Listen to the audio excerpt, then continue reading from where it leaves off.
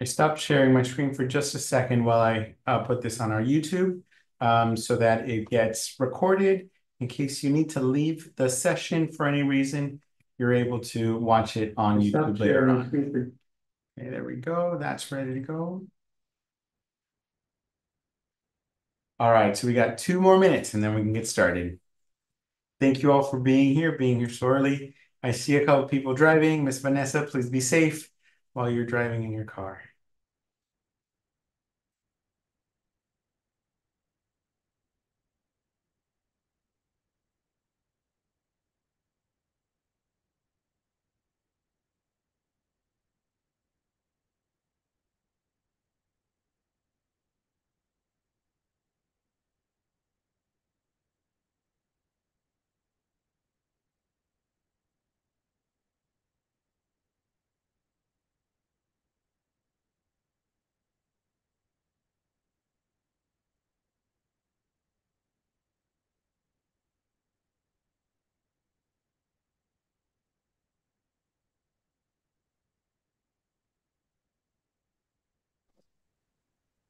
Yvonne, can I have you say something? I'm on the Spanish channel now to make sure that it works. Yep, yes, we can. Thank you, Yvonne.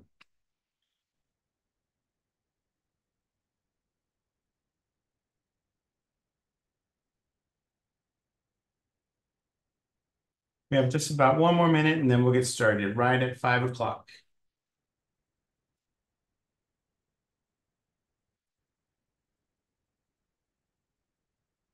Okay, so it is officially 5 o'clock. So let's go ahead and get started. We are very excited about this presentation, especially with the topic that we have. It's raising cyber smart kids. I know it's on a lot of our families' mind, our teachers' minds. What does it mean for a student, a child, whether it be middle schooler, high schooler, sometimes elementary students, to be online, to have social media? What social media is and isn't appropriate for our students. And in an era, in an age when a lot of our students already have access to this, in order to not, just prohibit it from them, because we know a lot of times when we tell our students, no, you can't, they find a way to do it anyways. We were all young and squirrely when we were younger ourselves. So we found a way of doing things that our parents didn't want us to, right? So if they have social media, if they have access to the internet, how can we guide our children to be wise online? And that is the spirit and the point of this conversation. I want to introduce our partner who is going to be presenting the information today, Miss Inez from Riverside County Office of Education's CareSpace. Inez, would you like to say hello? Hello, so my name is Ines. I work with CareSpace from the Riverside County Office of Education. The PowerPoint says Alejandra, that's my supervisor. So I'm both a training specialist to do all of these fun PowerPoints and presentations across the county. And then I'm also a marriage, family, and therapy trainee, which means I also see clients. Beautiful. So thank you so much, Ines, for being here. So on behalf of the Alvord Unified Board of Trustees and the School Board of Education, I want to say thank you for being here. We know that it's that old saying, it takes a village to raise a child. We can't do it without you. And we know that a lot of times parents rely on us for support as well. It's all about that partnership. Thank you for being here. I know that, some of us are still at work. I see some of us are driving. It might not seem like it, but that 30 minutes that you invest, that 1 hour that you invest here and there in these presentations and in your school sites, it really adds up over the 13 years that your students are in kindergarten through the 12th grade. And it makes a huge impact and huge difference on the success of your child. So thank you. Thank you so much for being here. I want to make sure that you know that we would like this to be a two-way conversation. So if you have questions, I will be monitoring the Q&A function. So if you have a question, type it in, and I will bring it to Ms. Castillo's attention. You can also type it into the chat. If you would like to not type something, but you'd actually like to verbalize your question, you can raise your hand. That'll indicate to me that you have a comment or a question. When I ask you to, please unmute your device, and then you'll be able to communicate with us. Si necesita esta información en español, la interpretación en español simultánea ya está aprendida con esta campeona del distrito, Yvonne. Es una intérprete excelente. Entonces, en la parte inferior de su pantalla verá esta opción que dice Interpretation. Si no la ve, tendrá que ver 3 puntos que dicen More o más y ya puede cambiar la información de inglés a español. Closed caption, thanks to Zoom's artificial intelligence, can be enabled, disabled, and resized. Before we begin, I'd also like to ask Mr. Rob Schwant to introduce himself. Mr. Schwant, hello. Well, thank you, Dr. Cisneros, and good afternoon, everybody. Thank you again for the invite. So when I saw this presentation about raising cyber smart students, there's a lot of work being done in our school sites to teach our students this thing called digital citizenship. What does it mean to be a member of this digital community that we're a part of? So I know that we're all at school sites. We belong to different schools. We have principals and teachers and other students, but our students also exist in this cyber world, right? Where they may have friends and connections way outside of Alvord. And like Dr. Cisneros has mentioned, you may say, oh, I don't want my child to do that, or my child's not doing that. But also the antithesis can be true, that they are doing that. And how are we going to help them make those foundational good choices or help them discern what is good and what is bad? And so this is a great conversation to have. Know that in my role as the Assistant Director of Educational Technology, I'm working with our teachers and our administration to help roll out curriculum and also roll out different lessons to help our students be cyber smart. So that's making sure we're updating passwords. That's making sure we're not sharing sensitive information with others. I can go on. And I know this presentation is going to cover a lot of that as well. But just know that we here at Alvord, we also would take each individual student, every student by name, making sure that they know and understand what it means to be smart online and how to protect themselves online. There's a lot of different aspects to that.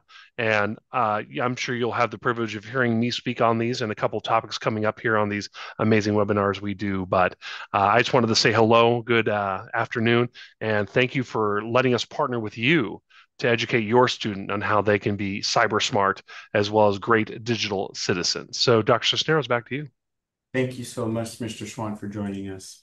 All right, Ms. Castillo, you're up.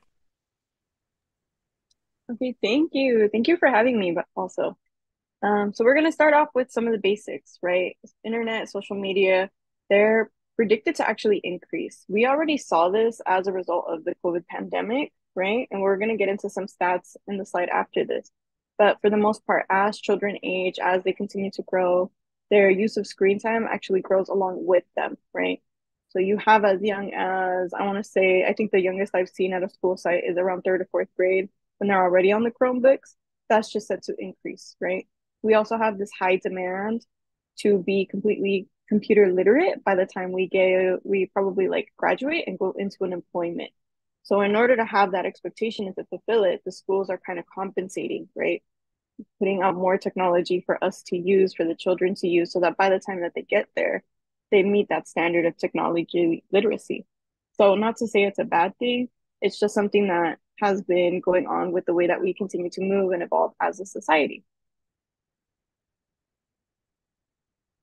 So again, going into some of the stats now, right?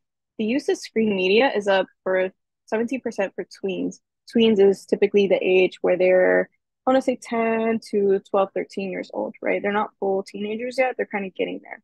And for teenagers, of course, this skyrockets even more.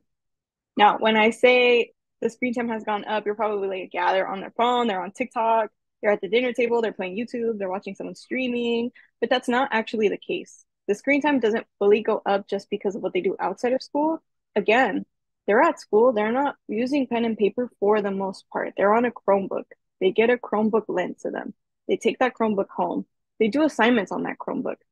So they're taking a 5 to 8 hour day at school with, let's say, 3 to 4 hours on a screen at school already. And then they're taking an additional 2 to 3 hours home worth of homework, worth of their free time, worth of Netflix, worth of anything fun that they're also doing on the side. So this is really why we see the jump in screen time. It's not fully that they're just on 8 hours on TikTok, right? It's also that they're using it in combination with their education. It's a lot easier to go search for something on Google when you have a report to do than to go get an encyclopedia. If anything, when you walk into the libraries now, most don't even have encyclopedias because they're just so hard to update, right? So another thing, from 2015 to 2019, the total screen time again, it ended up going up, especially from about 8 minutes to 45 minutes in the past 2 years. Again, we could look at the COVID pandemic. We were just kind of stuck at home doing nothing. We couldn't really like go outside. A lot of us were just kind of alone. So this is just the norm for the most part. It's just kind of based on how we as a society have been evolving as of right now.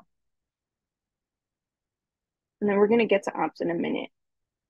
So looking at data on screen time, again, by demographics, for the most part, males tend to use screen media a lot more than females, which you would tend to think, oh, it tends to be girls or people who are more feminine presenting, who are going to be on Facebook, they're going to be on Instagram. But no, think about sports, right? If you're out with the family, if you're going somewhere, if you need to be somewhere, where's the best option to watch a sport game? They're going to watch it on their phone. They're going to stream it. Chances are they're going to be in class like this, just watching it, right? Other forms of communication like games, right? Discord, anything with like Minecraft, Fortnite, League of Legends, anything. Again, you could access it on your phone. So we tend to see adolescent males have a higher screen time than women. Again, women are also a lot more socially constructed to be one-to-one, face-to-face, tend to be in person with that person. Where males, it's a lot more comfortable for them to connect with someone through a screen because they don't have to have like that emotional connection that's so deep, right? The other thing, African American and Latino Hispanic children tend to use the screen a lot more than their Caucasian peers. This is also the same for people in low income households. So I could ask you guys, why would minority groups and low income groups tend to have higher screen times? And I could let you guys think about it. But for the sake of time, I'll give you guys the answers, right? Typically, if we're in a neighborhood that isn't the safest, right? We don't want our child going outside. This is very true specifically for populations where there could be like gang activity, you don't know the neighbors, you don't know the community, you don't feel safe. If you don't feel safe as a parent to go outside, the last thing you want is to let your child go outside. So as a parent, the easier choice to protect your child is going to be to keep them inside the house. And in order to keep them inside the house and not feel guilty about it, is to say, yeah, I'll get you that PS5. Yeah, you could go ahead and play. Oh, here's the phone. Oh, you know what? I'm going to be working from X time to X time. I don't want you to leave. I don't want you to answer the door for anyone. You're going to stay inside. Here's a Netflix password, right? And again, we're doing that to protect them. So a lot of times we tend to think of these statistics as, oh, this is so bad. But it's really a method of also protecting them. So again, with social media use, about 43% of tweens use social media on a phone, tablet, typically a phone, and about 88% of teens use it on a phone, right? Where are you getting your data from? It would be easier to review. So the data is actually going to be linked at the very end. I believe we have a resource page. If not, I could just kind of show it later on the actual PowerPoint notes. And then again, 51% of teens report using at least social media site daily. This includes like Instagram, TikTok, anything like that. We also see this increase of using social media to kind of ease anxiety, which is really interesting within your generation, where if they tend to feel alone, they will actually open up like a media app, let's say Instagram, and just kind of scroll through it, right? It kind of creates the sense of feeling connected in the moment, and it kind of depletes some of the anxiety. The other popular one is watching online videos. This tends to be the leading one. And again, specifically with men, this is the highest one. So we have TikTok, Instagram, YouTube, Snapchat, other streaming services like Twitch. So we could really look at, is the internet good or is it bad, right? What about social media? And again, for the sake of time, I'll just go ahead and answer some of these. We're actually going to be looking at both. We're going to be starting off with the good parts of social media. So the benefits to appropriate use of social media, right? The first one is it's a creative aspect to a child's life. It's also a creative form of emotional outlets, creative expression, right? You tend to see all these TikTok trends where, at least to me, some of them still don't make sense, right? I'm kind of like, all right. But to them, it's a way to have fun. It's a way to be involved with other peers. It's a way to let out something creative, right? It's also a way for them to maintain friendship. And these are ways that they kind of explore different topics, different areas without feeling like they're in judgment from other friends or family. And also because it's online, it also creates the safety net of I don't have to have my real identity out there, so I don't have to be judged for my real identity. Speaking of identity, again, social media can connect preteens and teens on a global basis with people that share their interests. So, again, going back to the example of low income communities, right? You want to keep your child inside, you want to keep them safe. Let's say your child is someone who's disabled, they can't really connect with the kids around them because maybe they might get bullied, they might get made fun of. The other kids kind of don't really understand what's going on. It's like, why can't you go outside with us? Like you're just going to the park, and maybe the child might say, my condition doesn't really let me do that. Again, because this child is going to typically be inside, they might have like a community room, they might have like a little group chat with other people who are going to understand them, right? This is the same for people with differing sexual identities, different cultural backgrounds, right? It's a way for them to connect with people, to share hobbies and interests. So looking at a cultural lens, right? Let's say someone just immigrated from a different part of a state, another state, we'll just say Texas, right? And they might be like, I don't really understand these Californians. They don't really make sense to me. Like a lot of these things are weird, right? They might find a community online of other people who might have immigrated from Texas to California to kind of connect a little bit on a better basis. That way they feel more comfortable later on in actually kind of engaging in some of the social norms. Ines, I have a question on that. As you're talking, I'm thinking it does make sense if our students and our young people are trying to find a community that they fit in with, whether it be whatever their hobbies, expression, identity, all of that. I guess what my wonder is about the benefit of having that and not having like the face-to-face contact and upbringing that's so important for a child's social development. Where's the, like, how do we balance that? So, in a child feeling like they do have a connected point, even though it's online, that actually ends up boosting the self-confidence, right? So, what we tend to see, and this is even at a therapy level, what we tend to see is students who, let's say, have a Discord community where they all kind of meet online, they game together, they feel cool, they're like, oh, this is great. It boosts their confidence in a way where they start to feel a little bit better with socializing outside. Maybe the friends bring in something that they can now connect to on the outside world. So if the friends are, making a comment about X, Y, and Z meme, food, game, movies, and now they hear it at school, it might bring up the confidence a little bit to jump into that conversation because they've been, in a way, exposed to it from their other friend groups.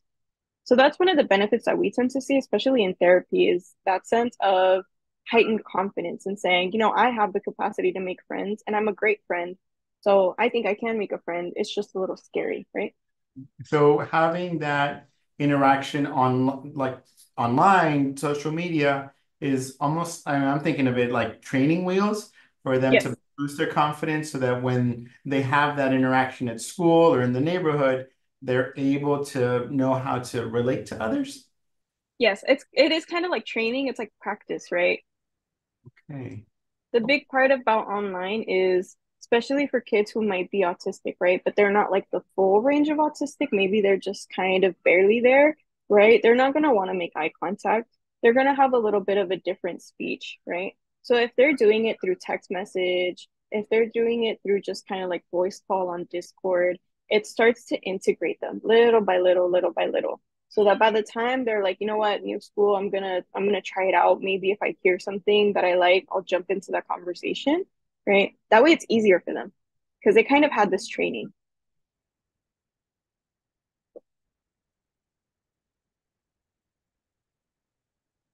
So aside from all of the good aspects of social life, it also helps your child learn a lot better, right? At least back in my day, we actually had to like kind of go to the library and look for books, and sometimes the books were outdated. Nowadays, they just go on Google, things are there. They could go on Google Scholar, which is also something that I didn't have. Um, That being that if you're a little bit older, your child is around the 18 to maybe college age, Google Scholar is something where you don't fully need access to a college, right, or a university. You could actually look up research without having that direct tie to a school or university, right? So that actually kind of increases the gap of their learning potential again. Hobbies and interests. I've seen a lot of like the newer generation pick up hobbies like crochet. They pick up things like baking. Um, Again, a lot of the kids know how to build computers, which is something that is crazy to think about, right? When you think, oh, I built my own computer, and it's like, you're 12. What do you mean you built your own computer, right? So again, these hobbies and these interests are just at such an insane level now. Again, with the creativity, um, trends, new fashions. They're exposed to other foods, so it just betters the creativity aspect of it. And then also the mental health and well-being. They're a little bit better able to connect with families, friends. They could also, like, for example, on Instagram, they could maybe see, oh, there's going to be a resource fair later. I kind of want to go with my friends. We'll get some ice cream. So they're also exposed to a lot of more things happening in the community. And then for sake of time, we'll just kind of skip this one. Now, this is everyone's favorite part, the bad side of social media, right? Now, let's start by looking at the dangers kids typically face by going online. The biggest one that we tend to think of is cyberbullying, right? So we have all that idea of the kid who never goes outside, they don't see sunlight, they're getting bullied, right? They don't want to go to school. Cyberbullying, for example, is something that's going to take place over any digital platform, right? Cell phones, computer, tablets, gaming consoles. Um, I've seen it take place over gaming consoles where if the child is on a game, someone will log into the game and start saying things, right? 34% of kids feel that they have been cyberbullied, and about 17% of them said that it happened within like the last month. And then about 64%, so more than half, have experienced cyberbullying, and it feels like it hinders their ability to learn in school. So again, this is coming at their confidence. We see a lot of cyberbullying specifically with men or with the boys, again, through things like games. It's a lot of racial slurs for the most part, so it's really hitting hard on culture and identity, right? Along with identity for both men and women, it's also direct hits on their body image. So if they're a little bit chubby or if they're too skinny, it's that direct hit on body image of, again, a lot of slurs, a lot of things that probably are very hurtful to their personal confidence. And when you hurt that child's confidence, you're going to hurt their potential to make friends and to be social and to want to be outgoing, right? So again, this is going to lead to a lot of the social anxiety, the depression, suicidal thoughts, self-harm, eating disorders, drug and alcohol abuse. I want to say for teens specifically, the biggest thing to look out for is eating disorder, because this is one of the mental health conditions that has the deadliest onset, specifically with men. So again, we tend to think eating disorders, women being very into how they look, but no, it's men. So be very mindful of the boys, what they're kind of looking at, what they're eating, what they're not eating, right? Because again, eating disorders tend to be one of the deadliest because again, it's malnutrition. You're not getting what you need. You're not getting your nutrients. The other one that kids typically face, and we tend to see this even from like the tweens up until the teens, it's the sexual predators.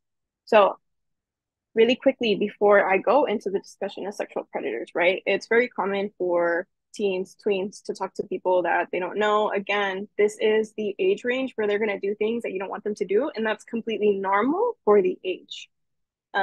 If they weren't doing something you don't want them to do, then that's when you should be worried, like, oh, my teen is not developing properly, right? So for the most part, they are going to be engaging in conversation with maybe other teens, maybe people that they think are other teens, or maybe even predators, right? Something important to note, because I've had this happen with one of my clients.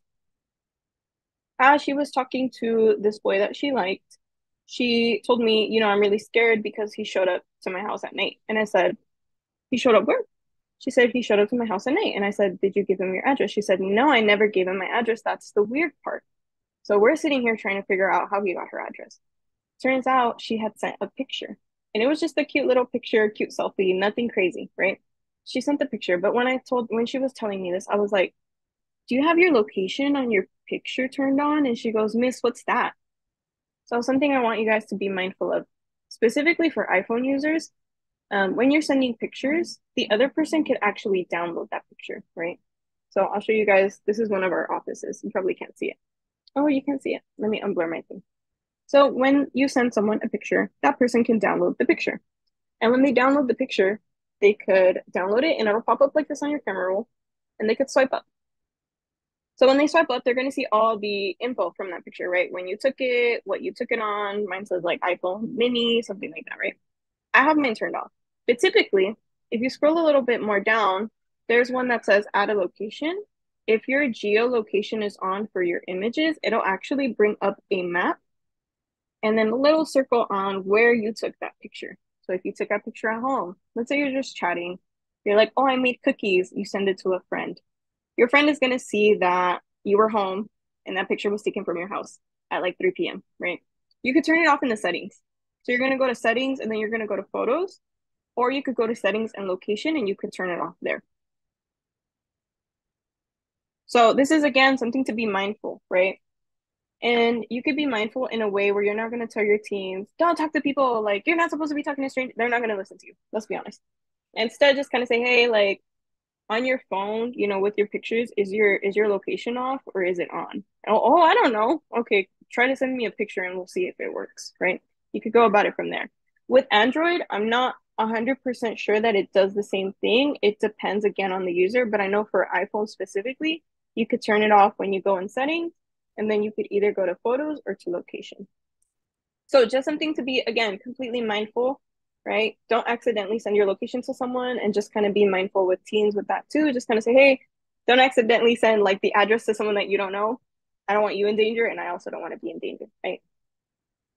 So again, with this, predators no longer need access to your children through like pictures or video. They could kind of create their own like unique ways to find them.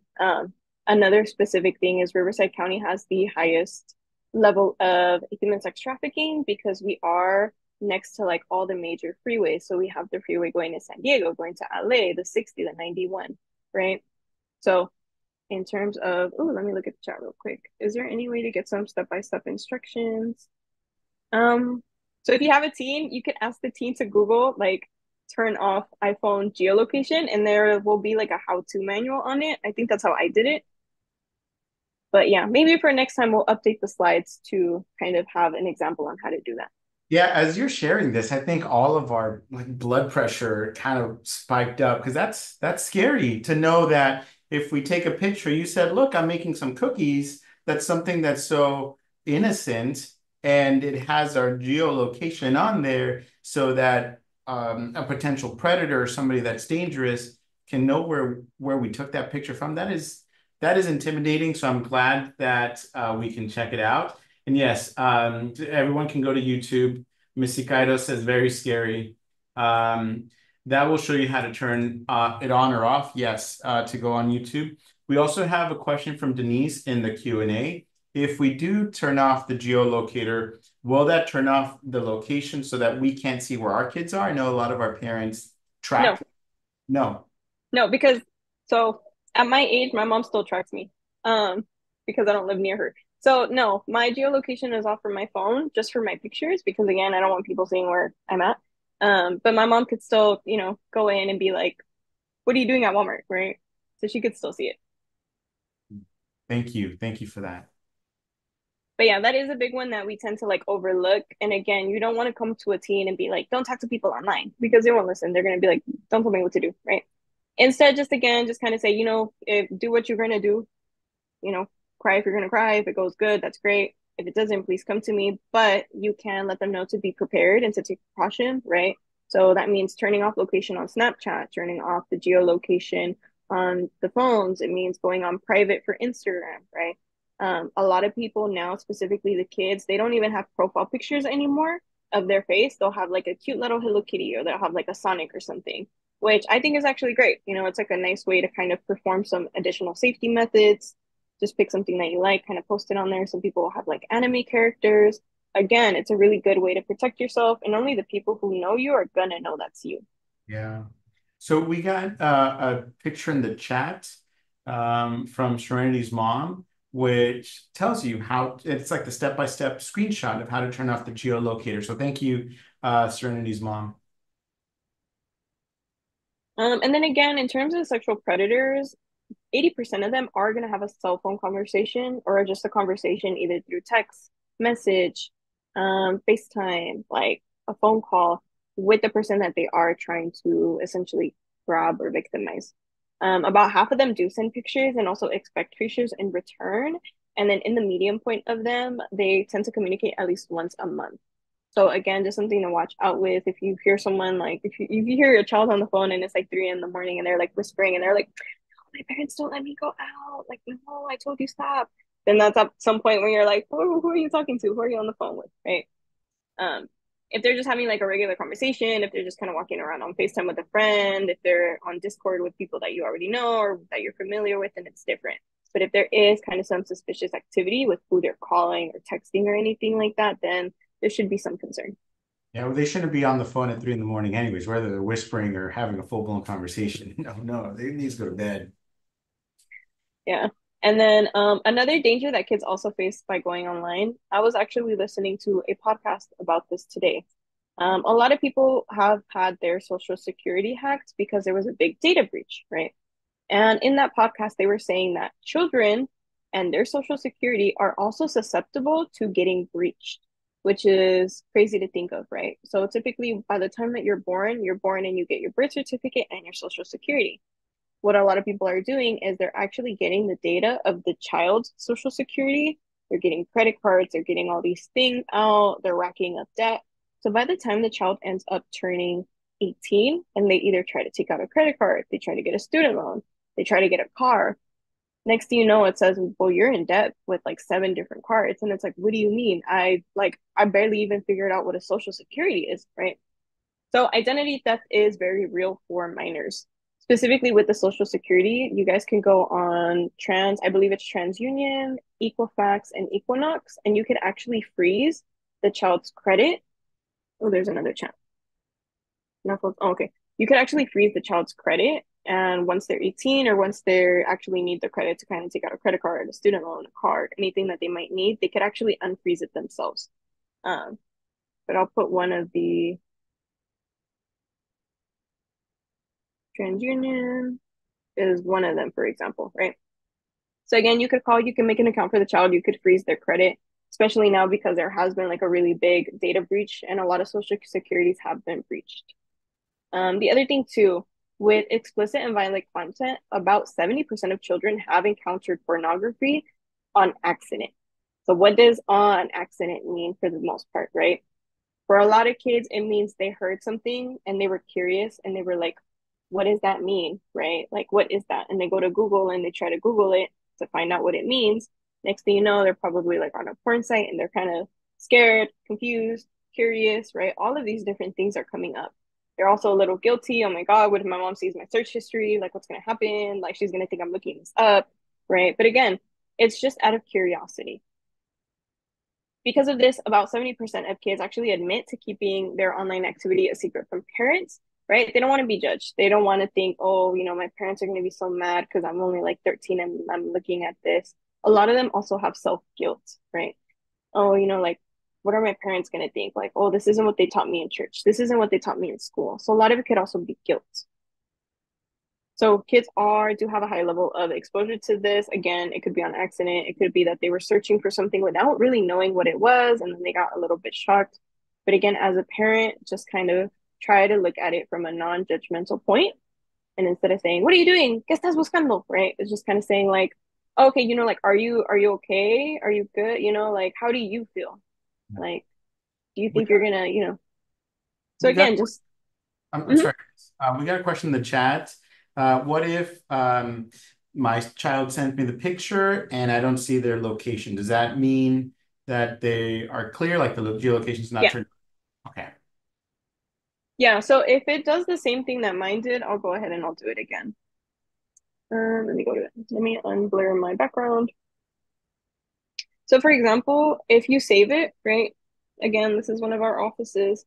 If you save it and then you pull it up, you're gonna get all the information. So you're gonna get like what kind of phone it is. And then right here, it should say add location. When it says add location, that means the geolocation is not turned on. So you're not gonna see where that picture was taken.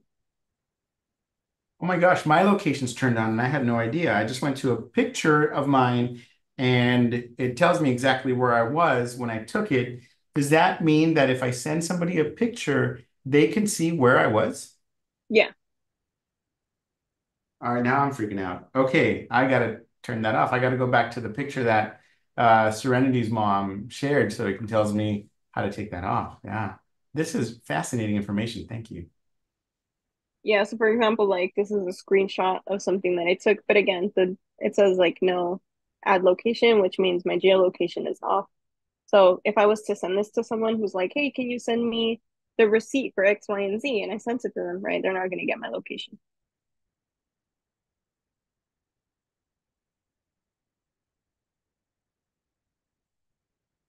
For some of the questions, I'll get to them right now. So again, with the dangers, stealing image, right? We know about the fake accounts, the pornography, the materials. With children as well, it is important to let them know that, for example, if a minor is talking to another minor, let's say both of them are 14, right? One of them is like, hey, can you send me like nudes, right? Nude pictures. The other one sends it.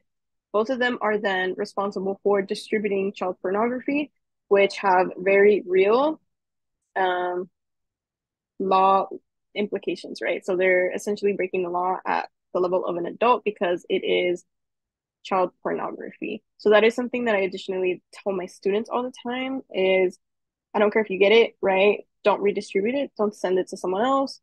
Don't try to be the bigger person and say, oh, I'm going to help this person and, whatever. Don't touch it. Don't send it, because Yeah. again, they do have very legal implications. I want to share that years ago when I was in the classroom, when I was a teacher, we had a young student, it was a young girl who was in the sixth grade, was asked by a peer, also a sixth grader, to send nude pictures of her body. And she did. And so what this young man did is he then forwarded those pictures to, his friends. And it was just a heartbreaking situation that didn't need to happen. And so obviously there was a lot of consequences that happened for the children involved, but just talk to your kids about sharing their pictures of their bodies and sharing what's appropriate and what isn't, because those things can get out of hand really quickly. So aside from this, also information sharing, right? Sharing passwords to Instagrams, sharing passwords to Chromebooks, right? We see it a lot in terms of, well, I didn't do my grade. Just log into my Chromebook, it's fine, right? Or just log into my account, right? Also that idea. And again, this is all innocent, right? Getting like hacked on Instagram or something like that. But just telling your child with precaution, be careful with who you lend it to, and then right after you lend it to, change your password, right? You don't want that person relogging in, having access to it again, even though that's your bestie, that's your best friend, that's the person you love so much, right? Change your password. In terms of this, another danger is sometimes kids put themselves in danger with their viral challenges. So when I was in middle school and high school, we had the Tide Pod and the cinnamon. So I'm a survivor of these challenges in my generation. Tide Pods being the one where they thought the Tide Pods looked like candy, they would bite them, they would end up going to the hospital because you're not supposed to eat soap. Cinnamon challenge being you get a big scoop of cinnamon, you put the whole thing in your mouth. Cinnamon is drying, so all your saliva, everything, it just dries and you end up coughing and it feels like you're going to die of an asthma attack, right? So sometimes they put themselves in these dangers. Again, that's just part of the development. We're going to switch gears a little bit because I also see some questions in regards to like, ¿cómo hago que mi hijo lea más, right? And then also some other ones on location. But how do we as parents, as caregivers, go further to protect and also kind of inspire the kids, right? For the sake of time, I'm going to skip the video, but let's look at the first two, which is digital kidnapping and oversharing. So I want you guys to think for a minute. This has a little bit to do with, again, the geolocation, but it's not as severe or it's not as scary. So when your child goes to an award ceremony, when they're at a sporting event, when they get an award, when they place, best attendance, highest grade, right? And you're at that ceremony, what's the first thing you tend to do when the child comes up to you with their trophy or their diploma or their certificate, right? You take a picture. You go, ay, mijo, qué bonito te ves. A ver, right? You go, oh, Oh, you look so cute. Here, let me see so I can show off your dress, right? First thing we do as parents, completely normal. Kids standing there smiling with their little trophy. What's the second thing you tend to do with that picture? Because you don't keep it in your phone. You share it, right? Lo pones en WhatsApp, you put it on Facebook, you send it through text, you send it to tia, to grandma, you send it to your uncle, your neighbor, your cousins. That photo is everywhere. Now, what happens when that picture is on Facebook? You post it on Facebook for your family to see. Everyone sees it. Your aunt likes it. Her boyfriend's cousin, uncle's best friend likes it. Now it gets to me. And let's say I'm a predator, right? And I'm sitting there and I'm like, oh, that little kid is so cute. Oh, they got a perfect attendance score. Let me zoom into the picture. Okay, Wolfpack, Wolfpack. Who's Wolfpack? Well, it says so and so elementary. Let me go to Google. Where is that? Oh, their bell schedule came up. Okay, so they get out at 2. Okay, that's interesting. Let me see. Let me zoom into the picture a little bit more. So they get out at 2. Kid has Sonic shoes on, so they like Sonic. Okay, get out at 2. I also know what the child looks like now because there's a picture of the child, big old smile on their face. So I know what the child looks like. I know the child likes Sonic because he's wearing Sonic light up shoes, right? I know the bell schedule. I know the location for the school. And we don't think about these things. And they're terrifying to think of, right? And it's not our fault, as parents, you're proud, you're happy, you want to share with your family, with your loved ones. Look at this achievement that my child did. But you don't know what's going on behind, posting it and having your aunts, uncles, cousins, best friend also like it, right? And you don't know how it got to my feed either. So again, in terms of digital kidnapping and oversharing, right? It's an impact on your digital footprint. So if you are going to take a picture of the child, maybe you could blur out the face. Maybe you could make sure that the child is not at a location where you could tell where they're at, right? Maybe I saw like bulldogs or something, and I'm like, oh, who's the purple bulldogs, right? If it's the award ceremony, make sure the full name isn't there. Because I could show up to that school and say, hi, I'm here for Roberto Suarez Jr. Yeah, I'm on the emergency contact. Yeah, okay, yeah, he has a doctor's appointment, right? Making sure things like that, again, basic information, aren't set to the public. And the most important one, if the child is older than like the age of like 12, 10, ask that child, hey, can I post this? Is it okay if I post it? Because sometimes as parent we post things and as a child it's like, oh my god, why would you post that? I look so ugly. Like, don't post that, right? And you don't think about it. You think, oh, it's my baby, they look so cute. Oh, they look just like their grandma or something, right? But that child doesn't have that same reaction. I So do again, just mhm. just clarifying something that you said, just so that our community knows what our processes are, because you painted this very scary picture, and up to the point where this potential predator could come to the school and pick up the child. Just want to make sure that all of our community members here know that the school site front office will not release your child to anybody who is not on the emergency contact list. So Ines just said that this person could potentially say, yeah, I'm on the emergency contacts, but they will not be released unless our school site sees a valid form of ID. So that is very key for you all to know. And that's also when, we run into maybe frustrations with our parents because there is an emergency that came up and they ask a friend or a neighbor to come pick up their child, and our school offices will not release that child unless that person is on the emergency contact list and they present an ID to verify. So if you think that there might be somebody who might in the future potentially be picking up your child, I would say to have a conversation with your school front office and add them to the emergency contact list in case that were to happen. But otherwise, your child will not be released to anybody who's not on the emergency contact list. So Ines, I appreciate the warnings, but I want to make sure our community knows that in Alvord, we do not release them unless they're on the emergency list. There's also, I know a lot of school sites as well, when the kids are released after hours, they also have certain people outside making sure that the child is going to the designated person to get picked up. So there's usually someone in like a vest, or they're usually the people doing the crosswalk situation. If that person's been there for a long enough time, they start to recognize the parents. They start to recognize which children get picked up together, which children go, solo with the parent in a car, which children, just kind of walk off with like aunt, uncle, brother, sister, right? So that's another part, is also just kind of bridging that community. But again, sometimes parents, we get frustrated and we're like, well, it's the child's like, yeah, what do you mean they can't pick them up? Like, I'm at work and I have to do this, and I like, so and so is doing this. And but that's a big part of it, right? You don't want someone just, who found the picture off of Facebook being like, yeah, I'm here for X, Y, and Z, and here's my ID. You don't want that, right? So again, that's also part of stalking parasocial relationships. If the child is online, if your profile is also on public, right? Really easy to just kind of get in, look around, check everything out.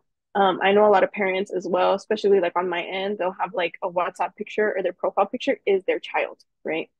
In terms of your phone, um, we try not the best to not lose our phone, but I know a lot of parents also have like children as their wallpaper on their phone, right? You never know who you're really engaging with. We're having a conversation, it's like this, my phone just kind of turns on, my child could be on there, right? So it's just these little things to kind of start taking precaution of. And it really hurts because you really want to just show off your child and be proud of them, but you also want to protect them, right? So it's a really tricky balance to find. So in terms of staying safe online, right? Didn't mean to scare you all, but in terms of staying safe, right? As parents, we could also do the same thing that we're telling our children to do. If we're telling our children, make your profile private, we also make it private. If we're telling our child, don't use your actual profile picture, you don't use them as a profile picture, right? So, in order for kids to kind of understand and, in a way, respect what we're telling them, we have to model it, right? So, that goes again with talking to them, right? They're going to be like, well, you don't do that. Well, you have me as your profile picture, right? Again, you have to model it. Another thing is just, kind of staying informed of what's going on, who they're connecting with, who their friends are, all of these different like components to it, right? For screen time as well, if you're telling your child, get off your phone during dinner, we're eating, the expectation is also that you're not on your phone during dinner while you're eating, right? This one's a hard one because kids are great at noticing this and being like, well, you're on your phone. Why don't you get off your phone? All you do is talk to so and so, right? So if you want to enforce something, you have to follow it. And it's really important from a therapy perspective for you to follow it, because that way you get empathy for it, right? You start to understand what they're feeling. You start to be kind of like, oh, you know what? Like, I am kind of bored right now. Like, I wish I could be like on Facebook looking at recipes. And it's like, oh, maybe this is what my child is feeling right now, just kind of looking into the ceiling, right? Another great thing that you guys could do, you guys could also do monitor privacy settings. So you could do this for like TVs, you could do this for tablets. They're basically adult controls, which means you could limit the time spent on that application, or you could also limit the content. So if you have really little ones and you don't want them on Netflix watching like horror movies because then they won't sleep, right? You could actually remove that option from it. And this is also under the parental control, right? Same thing with the Chromebooks. If they're like, oh, I'm doing homework, and they're on Chromebook and you walk by and you see them playing like a game, you could also, I don't know exactly how to do it on Chromebooks, but I know that there's a parental control where after a certain time, it'll essentially not allow you to go into those web pages, and it only allows you to go into like, let's say the homework page or Google Classroom or something like that. I'm not 100% sure on how to use those specifically, but I know they exist.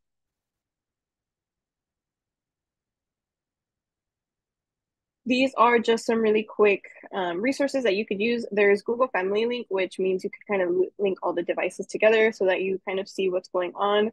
You could also do Google Photos, which I believe if you use the same account for all of the devices, it will link you to what pictures are getting taken of.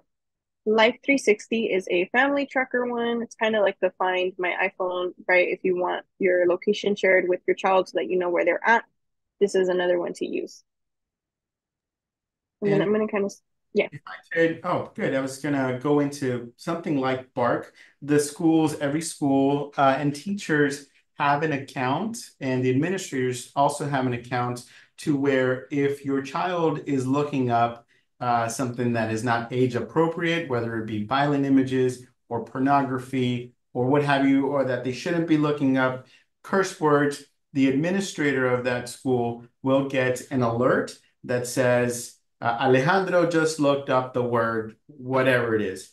And then that administrator or the counselor will pull in the child to really investigate what was happening. If I could briefly just share a quick story. When I was a principal, I got an email that one of my fifth graders looked up the word boobies. So I had to have that awkward conversation with him to say, why were you looking up boobies? So as a principal, I had to, I'm sorry, I'm giggling just because it's just a silly conversation.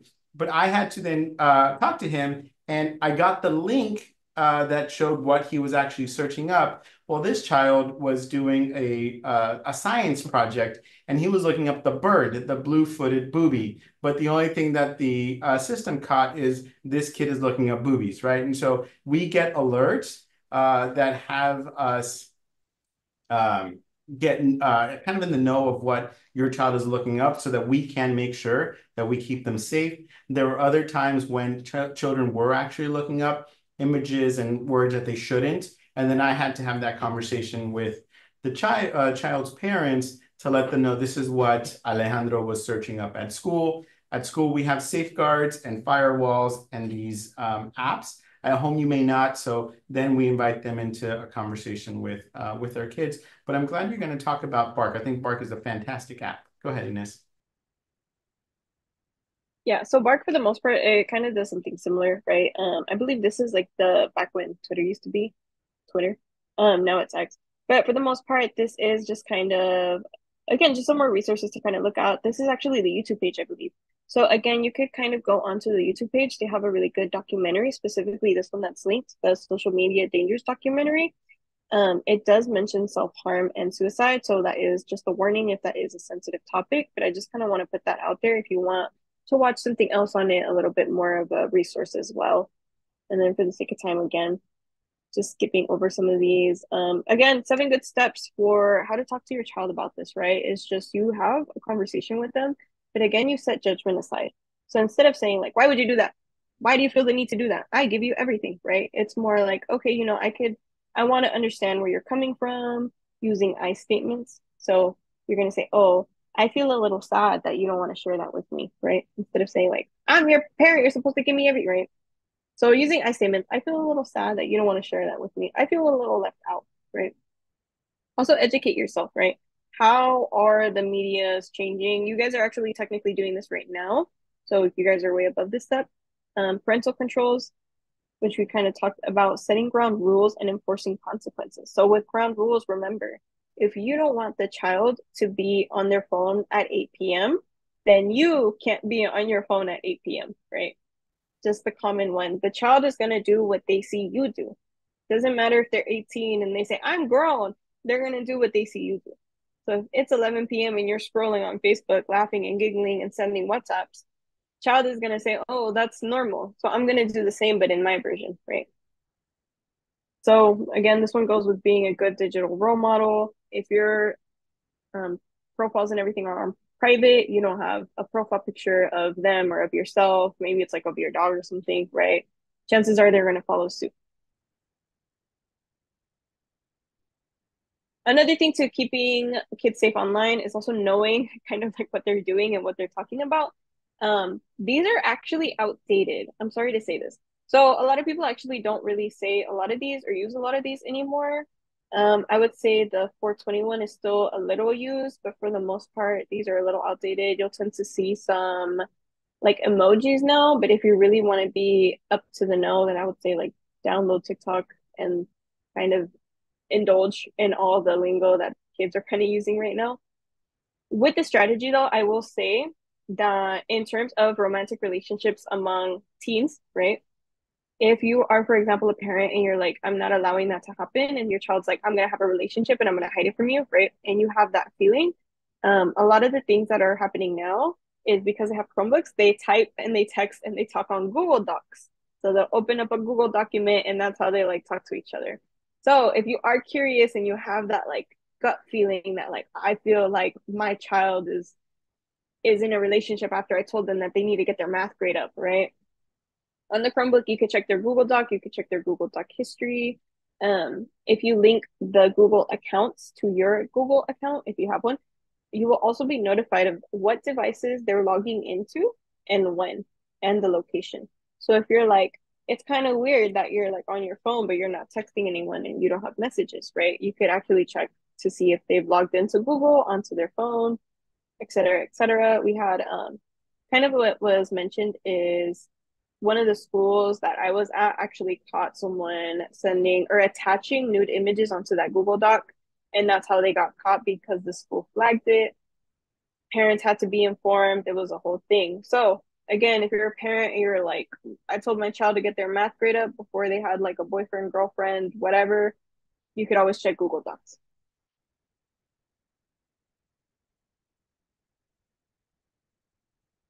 It's kind of skip. Okay. Again, in terms of knowing the signs, right? If the child went from being super happy, bubbly, they were open, and then all of a sudden they're shy, they're not telling you anything, they're kind of reclusive into the room, that's a big area of concern, right? If they're not using the internet in public places, or if they're doing this, if you walk behind them and they just, that's another sign. A lot of the times too, if they put their phone like this, right, with this not facing up, another one, right? Resisting going to school, hanging out with friends, or all of a sudden changing friend groups where it's like you used to be friends with this one person for years and now you're not. What's going on, right? Or they're asking you to do things that they normally didn't do. If you had a kid who was super involved in like a sport and all of a sudden all they want to do is go to the mall or go to Target to hang out with their friends and do nothing, and you're just kind of like, you weren't like this. Like, what happened, right? These are just little things. And again, when you approach them, you're just going to approach them with curiosity. Well, how's your new friend group, right? What's going on? Tell me, like, what did you do? Oh, nothing. Oh, okay. So you did nothing. Okay, cool.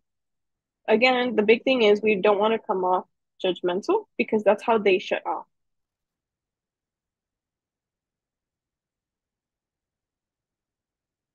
And then because of time, I'll just skip this one. So Ines, one of the things that I did for our group, one of the things that I did for our parent group is that I've put the link to these slides in the chat. We still have, gosh, at about 9 slides left, and we don't have the time to get through all of them. So parents, if you click the link that's in the chat now, you can access these slides. Precious, do you have a question or a comment? Okay. So again, I'll go into the most important one for time. Again, I've said this already, but if you as a parent are telling the child, I don't want you on your phone after 8 p.m. and I want you reading a book, then you as a parent have to turn off your phone at 8 p.m. and read a book. So this is parent down, parent up, or power down, parent up, right? In terms of you're making sure that they don't have the signal, the blue light that's going to make them kind of get all excited and goofy, right? But because of that, you have to show them how to do that. You have to model that for them and you have to be a role model for them to do that. So again, same thing. If you're telling them, put your profile on private, take your profile picture off, you have to do the same. If you're telling them, don't post that online, da da da da da, the expectation is that you don't post them online, right? This is going to create the sense that, oh, even though you're the one in control, you're the parent, you're the one controlling this, the child is going to think, oh, we're kind of like equals, or I'm just kind of being like them. So again, just make sure you're role modeling what you want from them. Mm-hmm. Kids are really good at calling us out when we're incongruent. Yeah. Yeah. These are some other links. Again, they're going to be in the slide, so I'll just leave them in there. And then if there's any questions, comments, or concerns, I'll go ahead and answer them, but then I'll just kind of go ahead and skip. So this is our referral. We're CareSpace. Again, we do free mental health counseling services to anyone in the Riverside County area, individual, family, couples, the whole thing. This is one of the classroom parent workshops. So if you guys want, you could scan the QR code. If let's say you know someone and you're like, they need therapy, right? You could scan the QR code. Maybe if they need support, they need help, right? Maybe you kind of want to bring the family together in a family session. But yeah, this is again a free resource, completely free. Thank you, Ines, for this fantastic conversation. It's very interesting. It's a little scary, but thank you for not just freaking us out, but also giving us tips and strategies that we can use as adults and as parents. What I'd like to do is open it up to conversation. Does anybody have any additional questions or comments that they'd like to make? Okay. What I'd like to do now is then give a couple of invitations to our families. We have a couple of really good sessions coming up. So the very first thing you'll see is that this is our series of family workshops, just like these. We have them roughly about once a week, and just like tonight, you'll be receiving a text. The next one that we're having is next next Tuesday on English Learner Support Services. So if your child is a bilingual student, an English language learner, what sort of resources do you have through Alvord Unified School District to support them? Following that, SELPA and community resources, that's for special education. If your child receives IEP services, special education services, we'll be having a discussion on how to access those resources, what we have here in Alvord. So there's one invitation, and I'd like to give you one more. We have this conference coming up. It's next Saturday at La Sierra High School from 9 in the morning until 12:30. I'm going to put into the chat the link to log in, tinyurl.com/alvordfamily. And what that is going to be, it's going to be just like this session, except it's in person at La Sierra High School, and we'll have 12 sessions for you to choose from. And so you can kind of go and kind of pick your own adventure, if you will. We'll have sessions on supporting English learners, on mental health, on supporting academics at home, how you can have leadership as a parent, on managing behavior. I mean, there's a lot of topics, and these are all going to be delivered by Alvord teachers, counselors, principals. So we hope you can make it. And let me put into the chat the link to actually do the registration. To register, it is very easy. Where is my chat? There it is. You go here and you just choose what language you prefer, who's going to be there, what school your child goes to, but then importantly, you scroll down, here are all the sessions that you can choose from. So attendance at school, setting up elementary students for success, getting your child to graduate. That's the first session from 10:10 to 10:55. And the second session, you can choose from supporting elementary math learning at home, families struggling with houselessness. So there's a lot for you to choose from. It's totally free. We'll have presentations and door prizes. We really hope you can be there. So far, we have a really good number of parents that are going to be there and a really good series of presentations. So unless anybody else has additional questions, want to give a big round of applause and electronic clap for Ines and her team over at RCO East CareSpace. Thank you so much. And if I may, I also want to just give a thank you to Mr. Steve and Patricia, who are joining us here. I saw that they actually had their child or their children with them, learning along with them. I think that is a fantastic idea. This wasn't just something for you as a parent to get. You also brought in your child to say, come here and listen to this important information. Thank you so much. Great. Everybody have a good night. Thank you, Ines. And thank you so much, Yvonne, for doing our interpretation.